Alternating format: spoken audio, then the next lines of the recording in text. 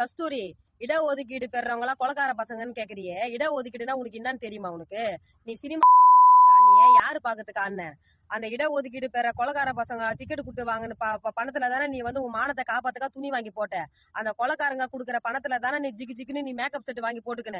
அந்த கொலக்காரங்க குடுக்கற பணத்துல தானே நீ வந்து மானத்தை காப்பாத்துக்கா துணி வாங்கி போட சோறு தின்ன. அப்ப தெரியலையா உனக்கு இடஒதுக்கீட்டுல இருக்க கொலகார பசங்களுடைய பணம் அப்ப உனக்கு தெரியாதா?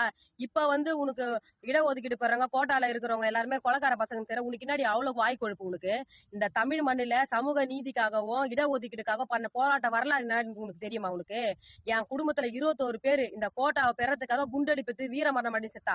அந்த வரலாறு என்னன்னு உனக்கு தெரியுமா? நீ எந்த ஊருடி? நீ எங்க இருந்து வந்து என் தமிழ் மண்ணில எங்க மக்களை பத்தி நீ பேசுறதுக்கு? உனக்கு தொடர்ந்து நீ உனக்கு வாய் கொழுப்பு அதிகமா இருக்கு. திருநங்கைகளே அப்படிதான் நீ விமர்சனம் பண்ண. இந்த வாய் கொழுப்பு உனக்கு அடக்கணும். தமிழ் மக்கள் கிட்ட 3 தினத்துல நீ மன்னிப்பு கேட்கலனா எமது தமிழர் முன்னேற்ற படை 3 தினத்துக்கு பிறகு உன்னுடைய வீட